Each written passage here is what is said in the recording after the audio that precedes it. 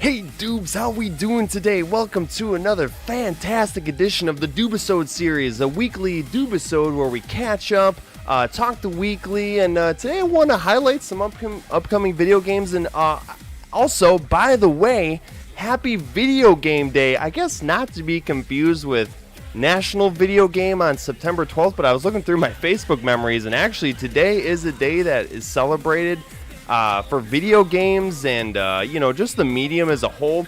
I guess this one's kind of highlighting the rise of Atari and kind of the mainstream video game success back in the 80s. So just really want to take a moment to honor and celebrate with you all. And then, of course, we'll do maybe a little stream later and, of course, things in September 12th. But, yeah, we got some juicy news. I feel like I kind of half-assed my my Doobisode last week. But, yeah, I just want to mention that yeah, we got some more followers, and we got a whole bunch of new people coming, and it's just a lot of fun here. So thank you so much for everyone who's joined me and had a great day. And it's just awesome. I hope you're having a great day. But yeah, just let's just get right into the news here. Of course, we have the movie of the week. We got also I want to talk about some DLCs coming up too, and I also have adjusted my alert boxes, so hopefully those were some old ones there, but we did get some new ones. So if you can please like, share, follow, and then if you want to subscribe to my YouTube channel, it really does help a lot. Yeah, there we go. I love that one so much. Thank you so much, Jeff, for joining.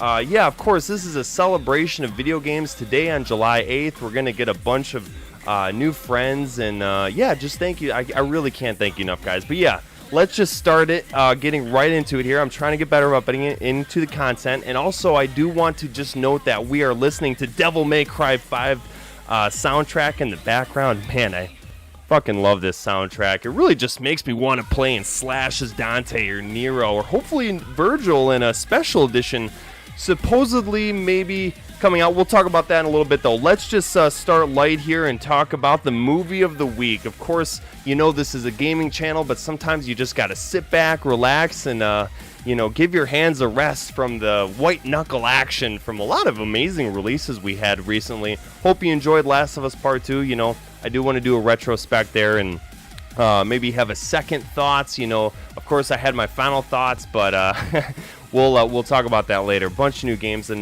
we'll highlight some of those later. But yeah, movie of the week.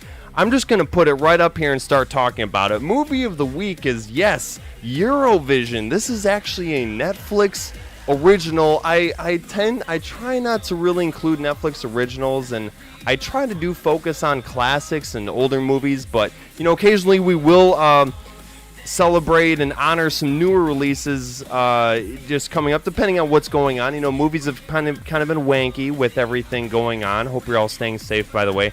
But yeah, I love it when a movie really surprises me.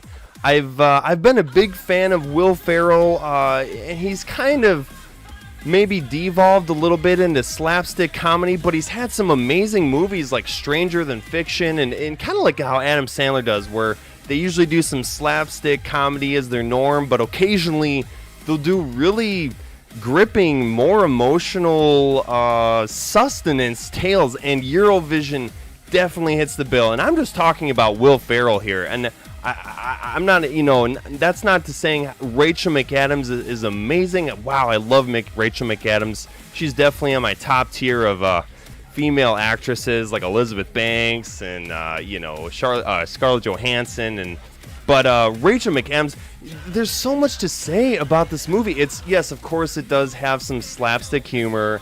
Some of the jokes do occasionally fall flat, but really, ultimately, well written, and has gotten me into a very different genre of music. I didn't know anything about Eurovision. It's actually a real competition, and they sing in Icelandic, and oh wow, I mean it's got some really great emotional moments with really great original soundtrack that seems like it could maybe blow up the Oscars. Maybe it's really a well done, well shot movie, man. I think Netflix, if they've put their money into something, it's on set shooting with just the way that all the the mountains are, and the super high definition cameras that they use to shoot these films.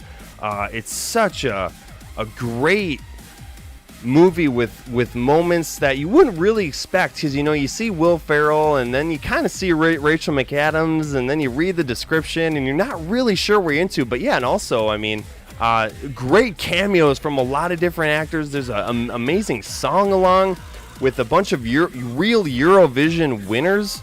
It's just such a powerful film, and really good character development in there. I mean, there's not really a good guy, there's not really a bad guy. It's just kind of events happening, kind of like you'd see in like Napoleon Dynamite a little bit. But I really got to recommend this if you have Netflix, or you don't. I mean, this movie just warrants the Netflix subscription on its own, and they've definitely been better about adding a whole bunch of things and really updating, because we're all still kind of at home and staying in lockdown, and there's a second wave. So please be safe, and please just think of everyone else.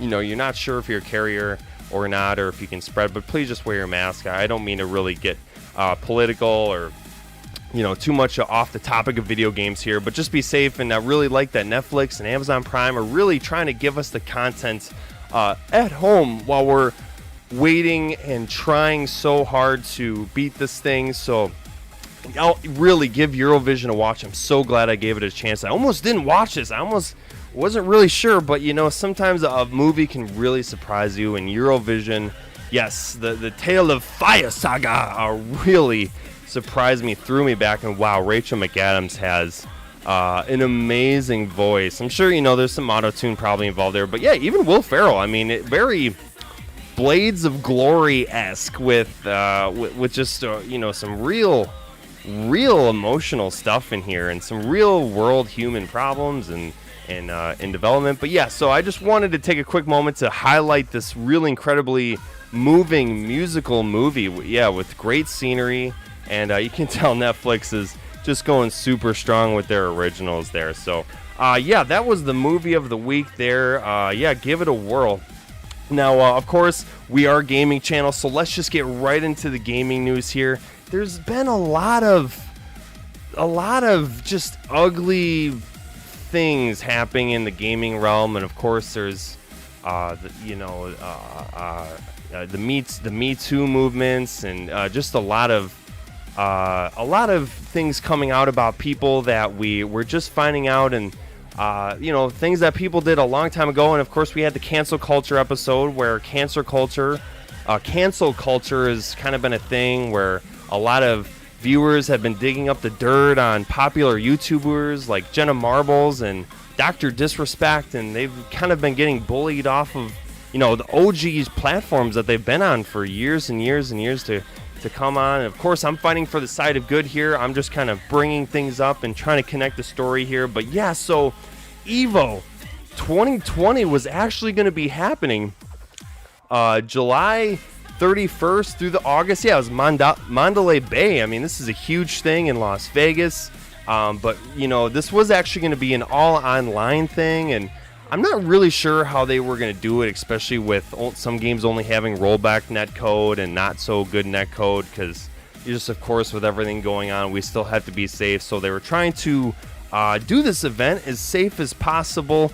But with this thing happening, of course, we have the head of the whole EVO thing, the CEO. His name is Joey Queller, or Couier. I'm not really sure how to pronounce it, but he's the wizard. That was kind of his tag.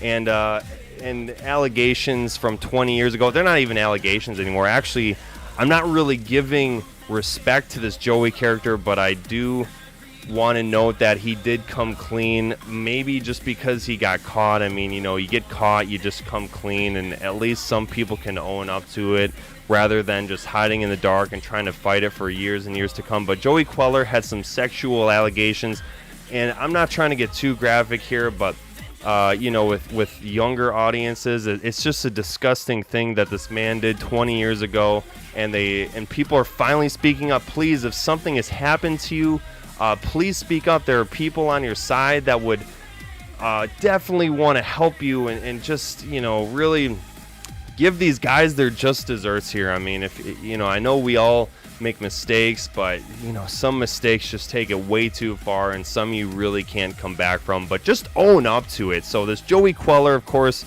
the wizard, the big whiz, the wizard guy who ran Evo CEO, had these sexual allegations. I mean, they're actually real bad things he did 20 years ago to underage boys specifically, just super ugly. So of course, even before they canceled Evo, the big names like Capcom and Bandai Namco and NetherRealm all backed out of the whole tournament. Even Sonic Fox, who's been a 5-time winner of Evo, really, I don't know him personally, but I love everything that Sonic Fox stands for. He's amazing at Dragon Ball FighterZ and just any fighting game, really, and I have mad respect for what he represents as a person. So a lot of people and companies backed out of Evo as soon as these allegations started to come out into fruition. And of course, Joey Queller just said, yes, I did this.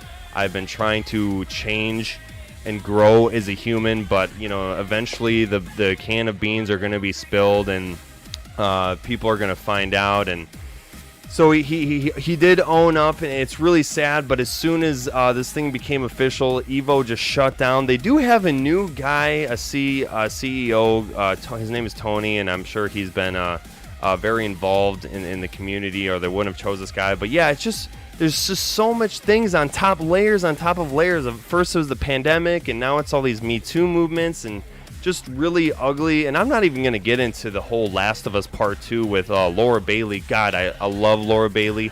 I wish her the happiest of lives, and thank you so much, Laura Bailey, for giving me so many memorable characters. I had a tweet and I had a post about that, so you can check that out, but I'm not trying to get this besides the point. There's just so much hate, and just to have one more thing, and this deserves to be brought up.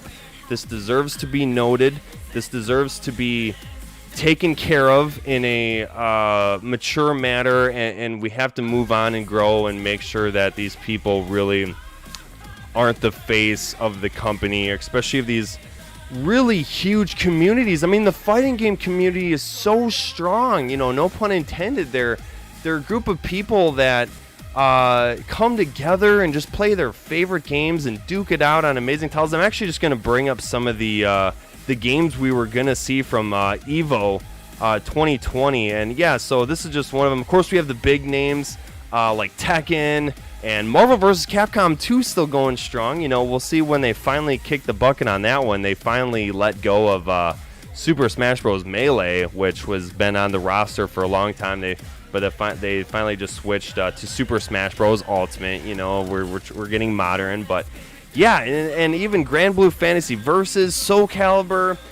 Dragon Ball FighterZ, all these games are on here. Samurai Showdown has been, getting popular with its DLC and whatnot. And of course, we have a couple more titles here that I'm going to bring up as well. Of course, we had the MK11 and Them's Fighting Herds and Skullgirls. I really like these smaller fighting games that really deserve some light. They're really mechanically sound, and man, I just love flipping on YouTube and watching people who are super dirty at this game just go super ham on these games and pull off the amazing combos that really I can only sort of do in Dragon Ball FighterZ. I was really good at Injustice 2, but of course I wasn't streaming back in the day to prove it. But yeah, even smaller titles like Fantasy Strike, and yeah, Killer Instinct has been getting a huge resurgence, and Power Rangers, yeah, Battle for the Grid.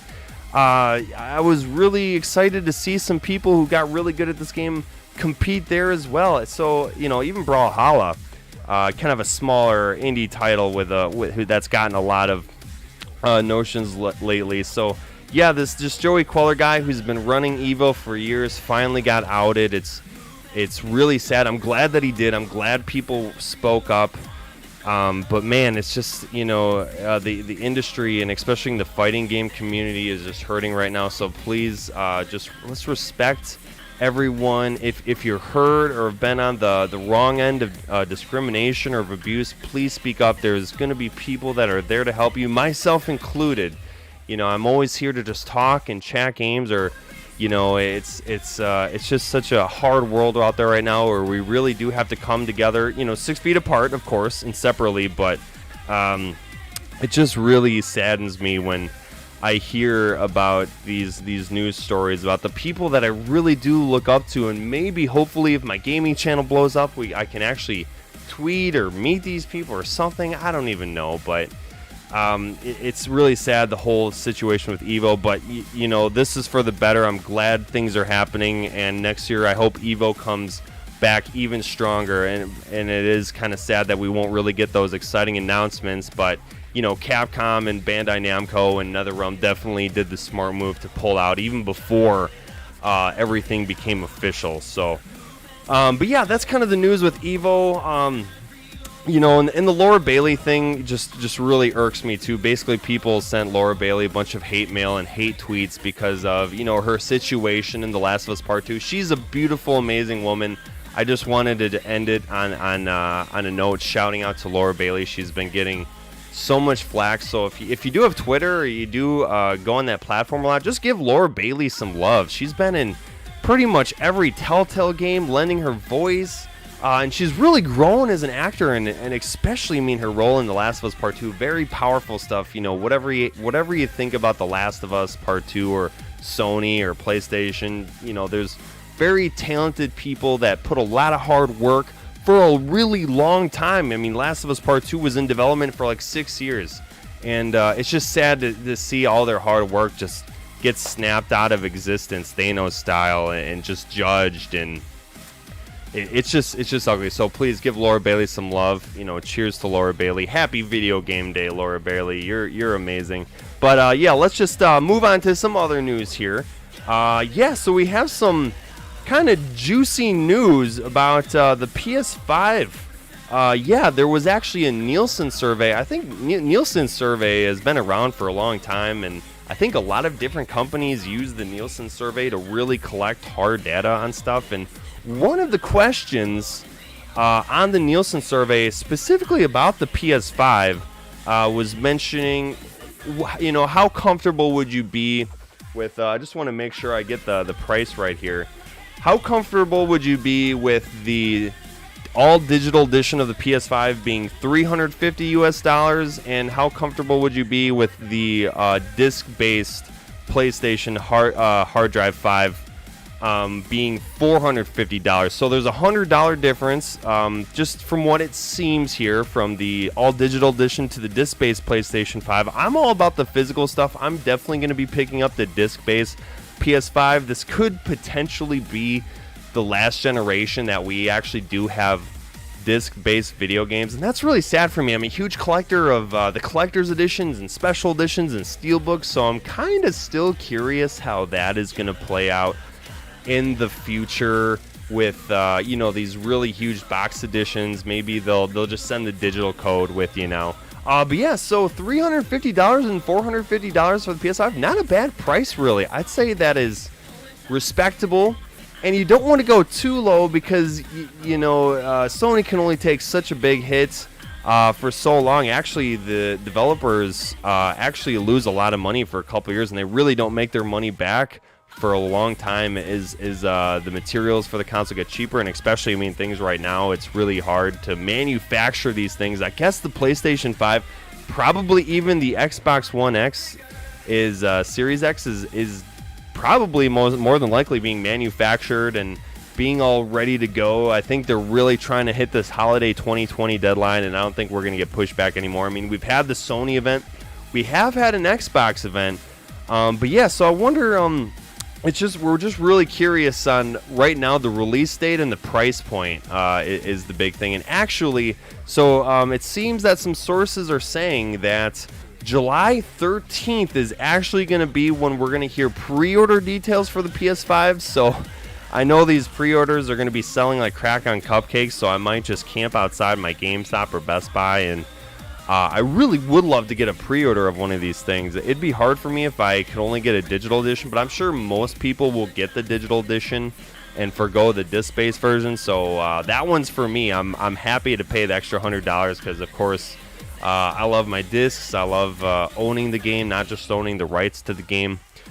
So yeah, I think that's a very fair price. I think that will really get people comfortable, because you don't want it to be too high or too low. You know, you want the sweet spot. If you go too high, no one will buy it. But if you go too low, what is that really saying about your console and the quality of the console? I mean, the quality of the consoles are definitely there. They're running with some major specs, and we've got them all. I don't know them off the top of my head here, but they're definitely next gen. You know, just shy of the PC. And of course, the PC gaming community hails all, but I'm always going to be a console gamer, and I'm so glad that I can spread my PlayStation passion with you guys. You know, I'm a fan of all games. This is primarily a PlayStation channel, but I will talk about Xbox, and actually we're going to talk about Xbox right now, but just figured I'd note the PS5 Nielsen survey. 450 possibly for the disc, 350 for the digital edition.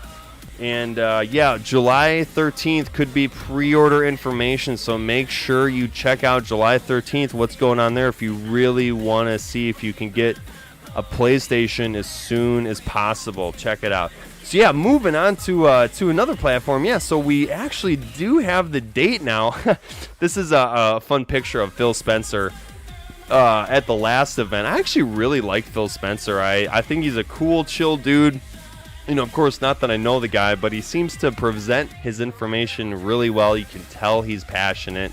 And, yeah, Nintendo and Sony alike have really great presenters. And, of course, I still really miss Sean Layden. And Jack Tretton, I think, is still my favorite from, you know, back in the day for PlayStation. But Phil Spencer's awesome.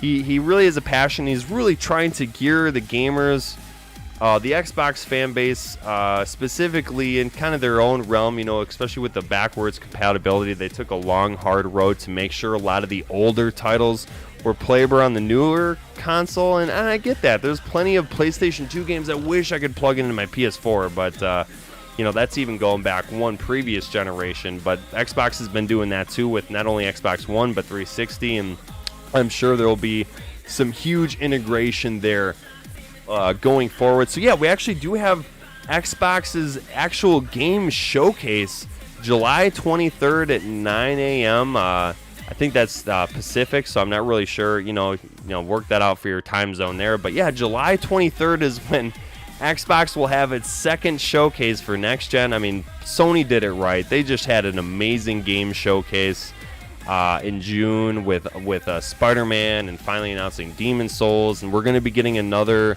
I guess, PlayStation State of Play in August.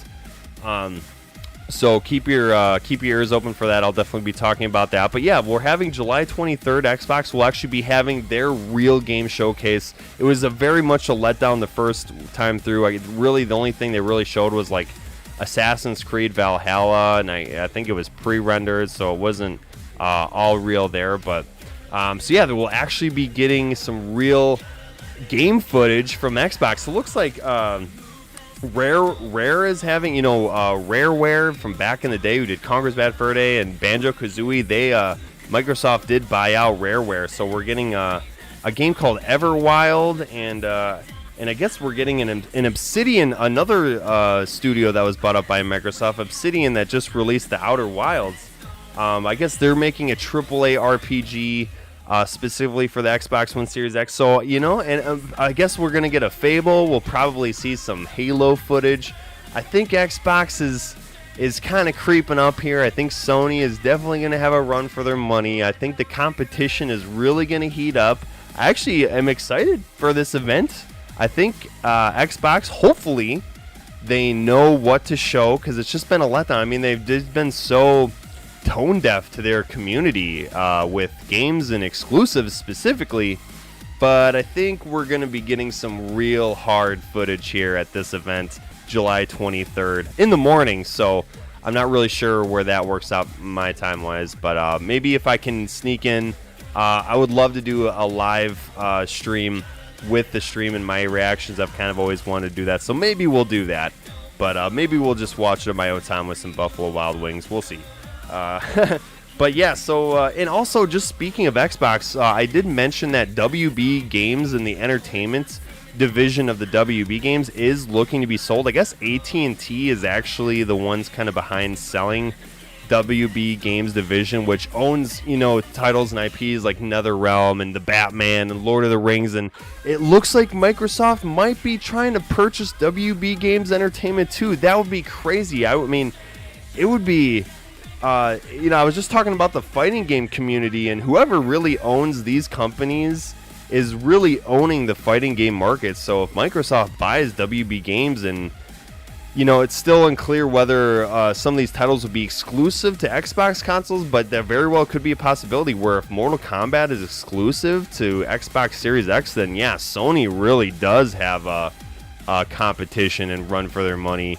It's just interesting the time we live in with these AAA first-party studios buying out these third-party studios. Of course, Sony bought out Insomniac Games. They're in talks to maybe buy specific IPs like Metal Gear Solid and Silent Hill, and maybe we'll get something there. I mean, really, who knows? We might get Silent Hill. I think that is going to be more of a Sony thing, so maybe we'll see that. I guess the State of Play in August might be like an hour, and we'll probably see a lot more of the PS5 there. And hopefully some new games, and maybe even a release date for Demon's Souls, maybe even a release date for the PS5. I think, Sony wanted to go first, show their amazing games, and then kind of let Microsoft do their thing, and then we'll start hearing about release dates and prices very soon. So if you really do want to get your pre-orders ready, get your wallet out, and make sure to pre-order it as soon as you see that pre-order button. I mean, I've had a hard time just getting collector's editions of video games. I can't even imagine what this is going to be like. I did not get a PlayStation 3 or a PS4 on launch. I waited all night at Best Buy for the PS3 and didn't end up getting one. And then I kind of was a little broke during college when the PS4 came out, and eventually got one later. And now we have the shiny Spider-Man PS4, which is sexy, the terabyte PS4 Pro, which I'm playing all my games on. So, and I'm sure we'll see some sort of mid-generational upgrade, much like the Pro and the Xbox One X. Before, we'll see if this. They kept saying that this was going to be the last console generation, but here we are, biting our nails, ready for the next thing already, coming out at the end of the year, and it was only about 7-8 years life cycle. I mean, the PS4 and the Xbox maybe has a lot of life left in it. I know the PS4 does. There's a couple games I'll be talking about, but there's games that are going to far exceed, and of course there's going to be cross-buy and upgrade to the next platform. In a lot of instances, I guess you can even pre-order NBA 2K21 for PS5 and Xbox One Series X right now. I think it's the only game you can pre-order for next gen. But man, EA just sucks. I hate EA so much. The only thing they've done right in the past 5 years is like Star Wars Jedi Fallen Order, and they actually gave some free DLC. I mean, that was made by Remedy specifically, but EA footed the bill, and they actually did something right. I guess we're getting Star Wars Squadron, more of a vehicle-based game at the end of the year. I'm not really too excited for that, but yeah, I don't want to get, I'm kind of divulging here a little bit, but yeah, make sure you keep on the lookout July 23rd and see what Phil Spencer has to say about the Xbox One Series X, and I'm actually really excited to fully watch the showcase going on that day as well. So yeah, that's kind of it for the console news there. And of course, this is a gaming channel, so I did want to just take a moment to highlight some upcoming games that, of course, I can't wait to get my greedy little hands on. All of these, we'll be getting pretty much collector's editions, and I think I have everything secured down that I need. Man, it was tough finding one I'm going to talk about here in a moment, but I'm going to start by release date. And of course, I have to just highlight Ghost of Tsushima coming out July 17th already. This is next Friday. I am getting more and more hyped day by day. This is, of course, made by Sucker Punch, which did the, of course, the Infamous series, and Sly Cooper before that. And I think they've really evolved as a developer, and Infamous, especially specifically Second Son, it was a fresher PS4 title. I thought it was great. I platinumed the game. I had a lot of fun, and of course Troy Baker was the main character there. And but I did miss Cole McGrath from the previous two, so I'm kind of interested to see if Sucker Punch maybe will revitalize the infamous at all. But of course, they've been hard at work on Ghost of Tsushima, this amazing feudal Japan action. Looks like it's getting its RPG elements. You know, we have seen a lot of similar genres in all of the PS4 exclusives. I mean, the big ones, like they all seem to kind of share the similar gameplay style of an amazing journey with slight RPG elements and highly produced cinematics and you know, with voice acting and motion capture really at a high quality level. Sony has taken the hard long road to produce these, but yeah, they're all kind of similar. Uncharted, I mean, Last of Us, God of War, and now Ghost of Tsushima is going to be kind of the swan song to the PS4 exclusives. I thought it was going to be The Last of Us, but no, the last swan song to PS4 exclusives will be Ghost of Tsushima, produced by Sucker Punch, and I think actually a lot more people are excited for this title than even The Last of Us. It's something fresh. We're always excited for a new IP, and you know, The Last of Us kind of had a little bit of a botched release.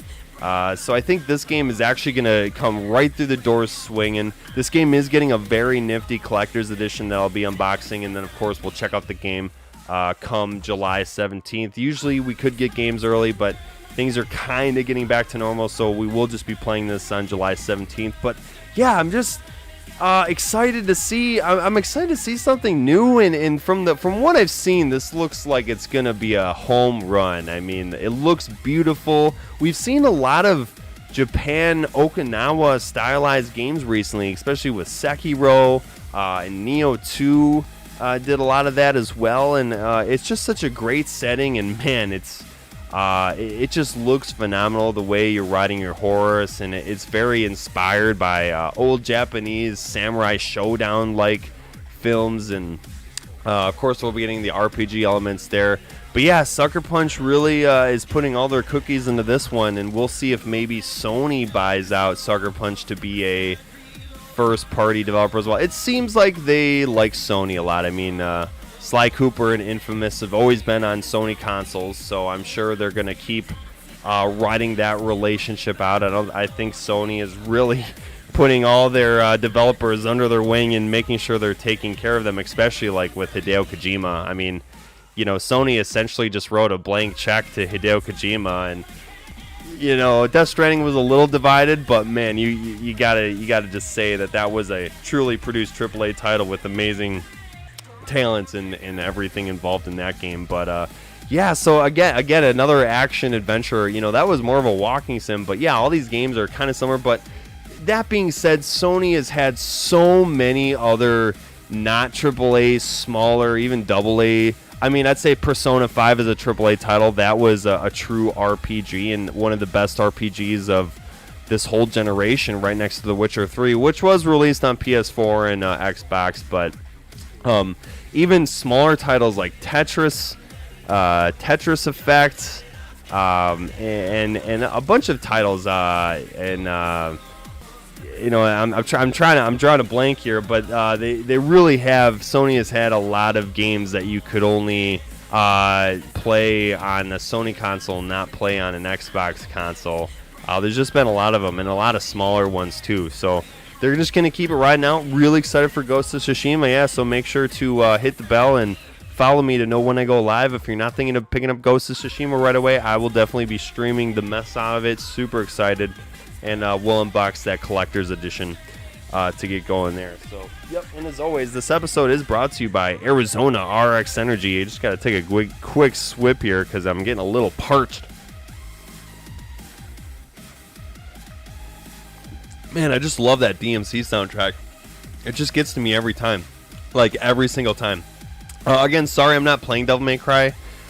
Sometimes they just make you put it in a game, or otherwise I won't be able to live stream, so hopefully Facebook doesn't kick me off there. But yeah, Ghost of Tsushima, look out for that. But yeah, so let's talk about another game that comes out about a week later from THQ Nordic. Yeah, Destroy All Humans.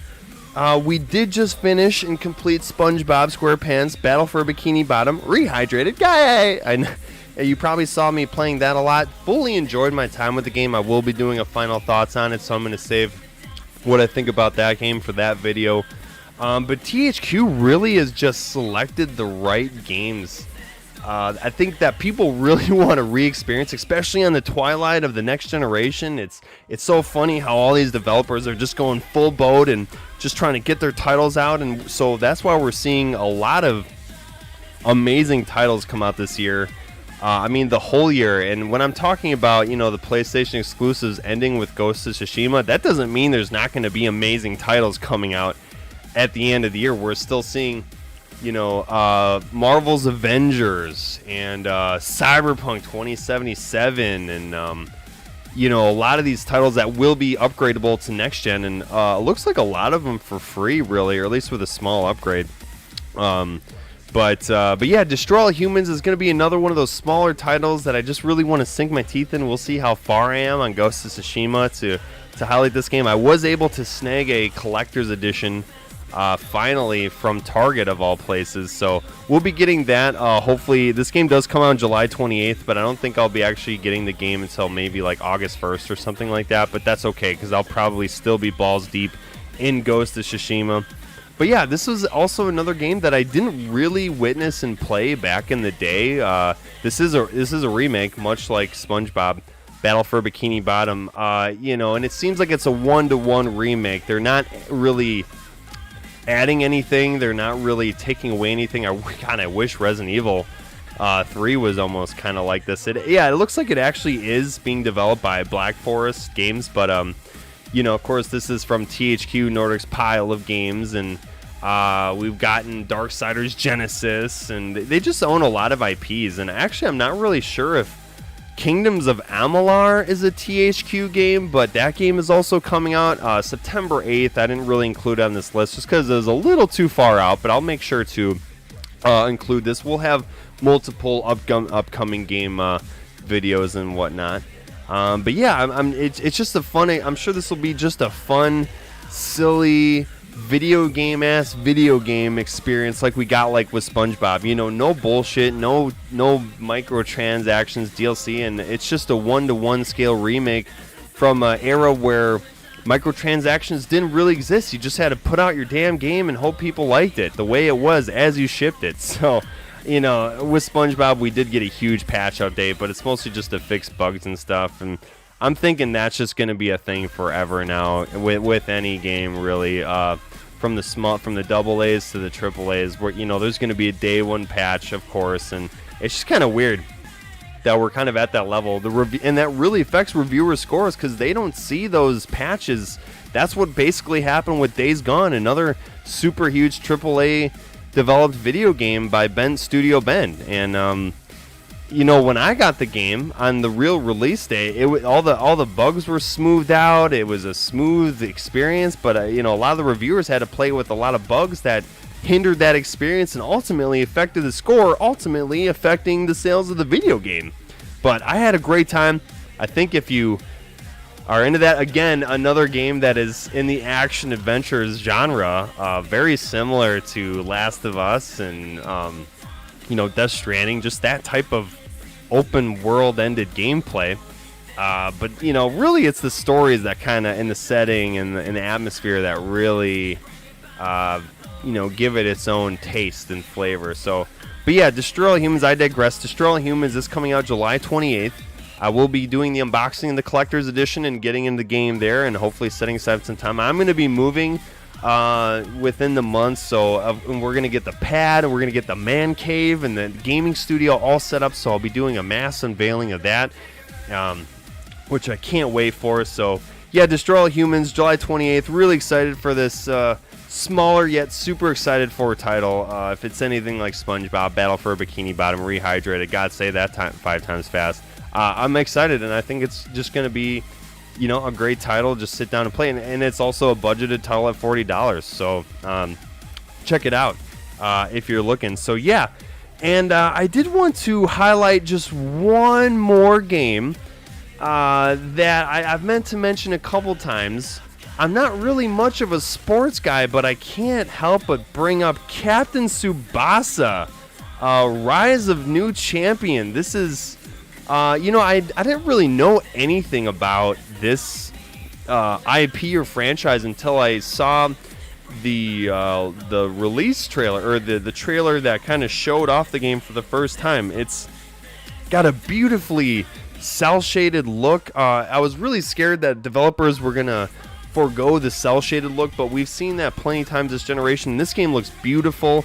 It looks more like an action football. It's actually based on a Japanese manga from 1981 about a high school student who plays football or soccer in America, with a whole bunch of different characters, and I think there's more of a story here. But man, from what I saw of the trailer of this game, the football, I'm gonna call it football because that's the way it's supposed to be called, football.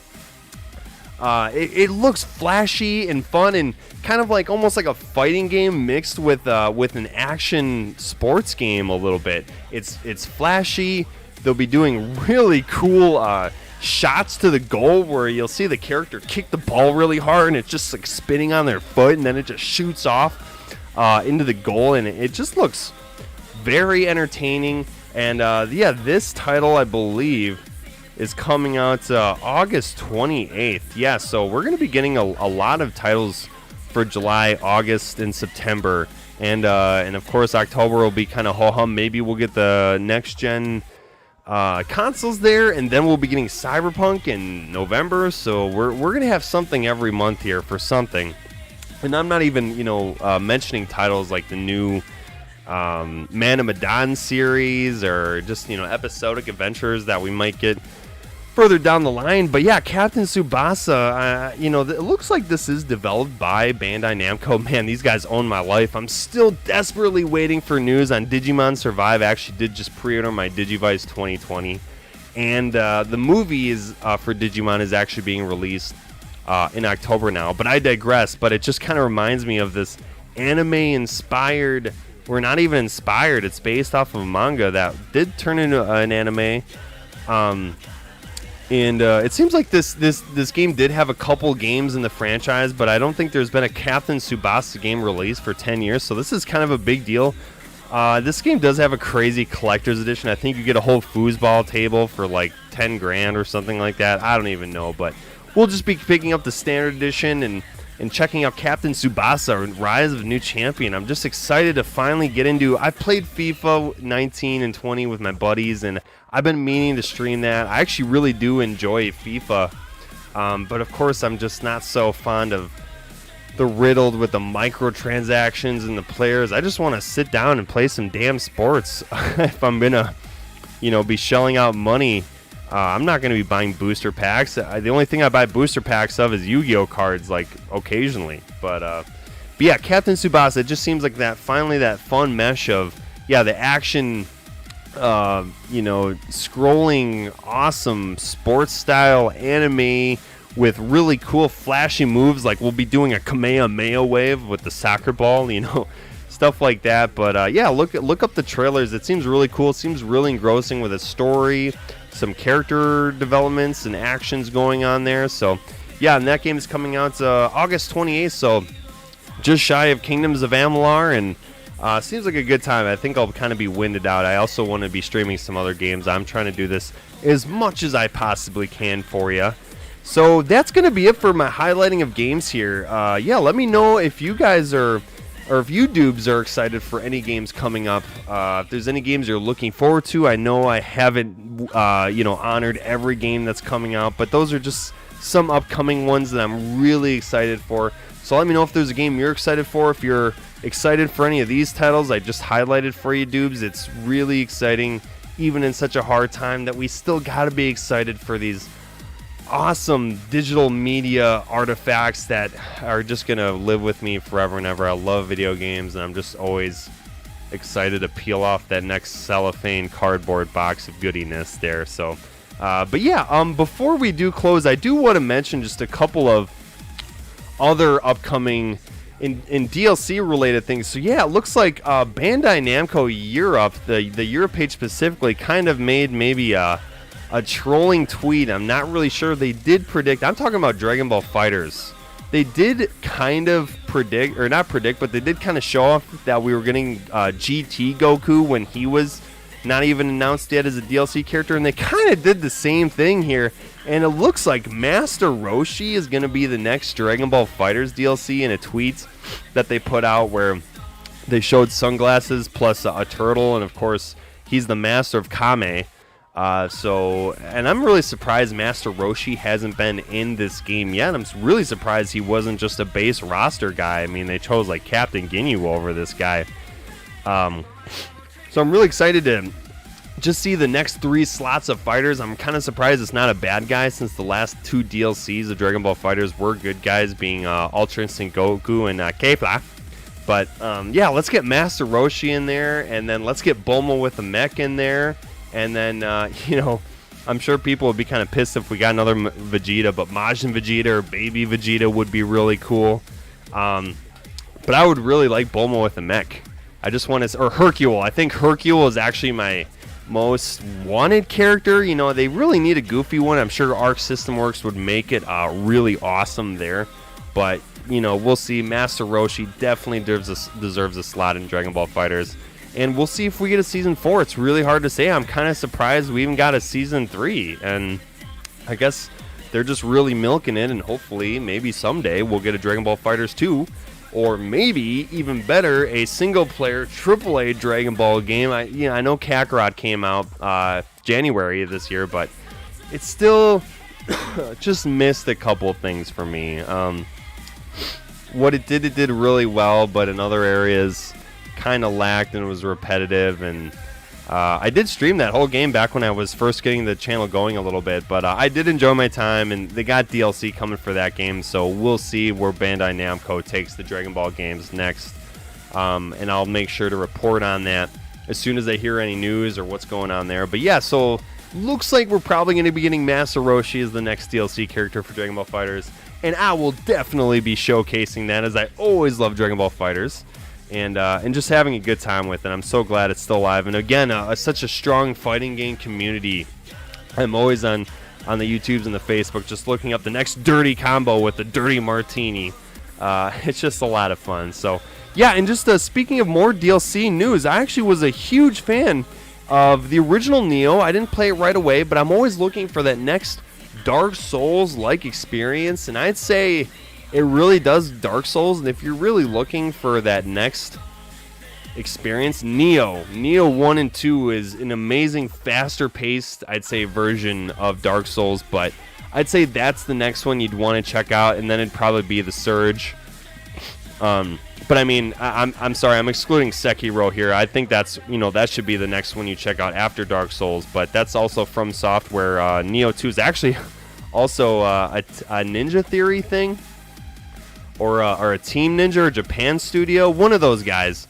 But of course, it's produced by Bandai Namco. But yeah, we're getting the first DLC, Tengu's Disciple, coming out July 30th or 31st. I think it's July 30th, and I actually did keep the game. Usually I trade my games in or give them off to a buddy, but you know, I actually decided to keep Nioh 2 to check out its DLC. We're going to be getting 3 or 4 DLCs. Coming out here, much like Code Vein, but man, Code Vein was just a good attempt at anime Dark Souls, but just really didn't deliver. I guess it just doesn't work. I think it's the atmosphere. It almost kind of has to look real, but I gave it a chance, and it did have some really cool cel-shaded like graphics, not completely cel-shaded, but I gave it a chance. It was okay. Didn't stick around for the DLC. But I did give it a playthrough. But Nioh 2, on the other hand, great, tight gameplay. They just really expanded what made Nioh 1 so good, and this time you can create your own character. It's fun and easy to just replay missions. That's what kind of sets it apart from the Dark Souls experience, is that it's kind of more of a mission-based game where you can just insert yourself in a mission rather than teleporting between bonfires or straight up just rerunning through the whole map. That's something I've always kind of had an issue with in Dark Souls, but that's okay. That's what kind of makes the atmosphere, and they've had better about the fast travel system. But what I like about Nioh 2 is you can just sink yourself right in the mission, just complete in about 15 minutes, and then move on, and then play on harder difficulties to really just get the better of the loot and stuff. But yeah, so I'm really excited for Tengu's Disciple, the first of the DLC. We're going to be getting a new area. Of course, new bosses, new enemies, new armor sets. And it seems, and I got to give a huge shout out to Bandai Namco for giving us the season pass with the special edition. You never see that. I always get the special edition and they just give me like a Yu-Gi-Oh card, but not the season pass, and then I ultimately have to buy the season pass after I spent already like 80 to 200 bucks on the special edition. That's how they get you, I guess. But huge shout out to Nioh for actually supplying the season pass. So we will be checking out. We will be streaming that on July 30th. There's just so much things coming out within that time frame. I'm hoping I can get it all situated there. But yeah, highly recommend Nioh II. I think it's super discounted right now, even the special edition with the DLC, and it sold over 1 million copies, and it had a free DLC just honoring that, and that's how you do a video game. And that's kind of why I like SpongeBob and THQ's games that's been released. Is that there's just no bullshit, no DLC. There's just a video game. Not that I don't mind DLC. I think DLC is great. It just has to be immersive or genuine, not just some LeBron booster pack in NBA or something like that, where you won't even get anyone that you want. It's just kind of an interesting time we live in with digital Yu-Gi-Oh cards essentially, and just owning the license to play these things and not actually owning the thing that you have. You just own the rights to it. But yeah, just really excited for the Tengu's Disciple DLC. Really excited for what looks like Master Roshi. Usually we'd get that, and I think we would have gotten that announcement at EVO, but Goku, Ultra Instinct Goku has been out a little bit, and if we're going to be getting a new character every couple months, we should be hearing about the new Dragon Ball FighterZ DLC soon, of course, which we will definitely be checking out here. But yeah, Doobs, I think that really gets through all the news that I had today. I really felt like I kind of half-assed last week's Doobisode, so I really wanted to come back strong, have some real things to talk about, get really excited for some upcoming games, and just really showcase my new PlayStation Lite that I have going on in the background here. We've been getting so much new friends and followers. I really do appreciate you all. Thank you so much for supporting Doob Radical Gaming. And I've really connected with a lot of you, and I'm really excited when you hop on and say hi and or like. And I've updated all my alert boxes, so we got a bunch of new stuff there. And I actually am part of the Level Up program now, so you can make sure to send me stars if you have a 50 cents or $1. Anything really does help. I really do want to do this as much as I can, but if you're just here to watch dope video games with your host Doob, then that's okay by me. I'm not doing it for the fame or the fortune. I'm doing it because I have a strong passion for video games, and I've always wanted to do something productive with it. So, yeah, Doobs, I think that's going to call it for today's Doobisode. Happy Video Game Day, not to be confused with National Video Game Day on September 12th. I'm going to do a little bit more research on what's actually going on there. But yeah, there's, every day is video game day to me. I don't care. Well, I'm going to try to stream and play, and I do have some stuff planned. I'm going to be doing a full run of Devil May Cry on the PS4 within the next week or so. I'll make sure to have a scheduled event so you can catch me when you're interested on that. And yeah, we'll be definitely playing the games I talked about here and everything in between. It's just a lot of fun seeing this channel grow and all the community members here. It means so much to me, Doobs. But yeah, I'm not going to take up any more of your time. This is about a good hour-long Doobisode with, I'd say, some legit content here. I don't want to, just kind of rattle on. I could rattle on all day about video games, but there's only so much time in the world. So hope you all are staying safe. It's hot as balls. And thank you for taking your time out of your day to listen to me rant about games or... but yeah, I try to want to be as interactive as possible, so make sure to like, share, subscribe. If you want to comment what games you're excited for coming up in the near future, that would mean a lot to me, and would love to chat to see what y'all are interested in. And of course, we'll be streaming most of that. So as always, Doobs, have a great day, stay safe, and as always, we'll be right back.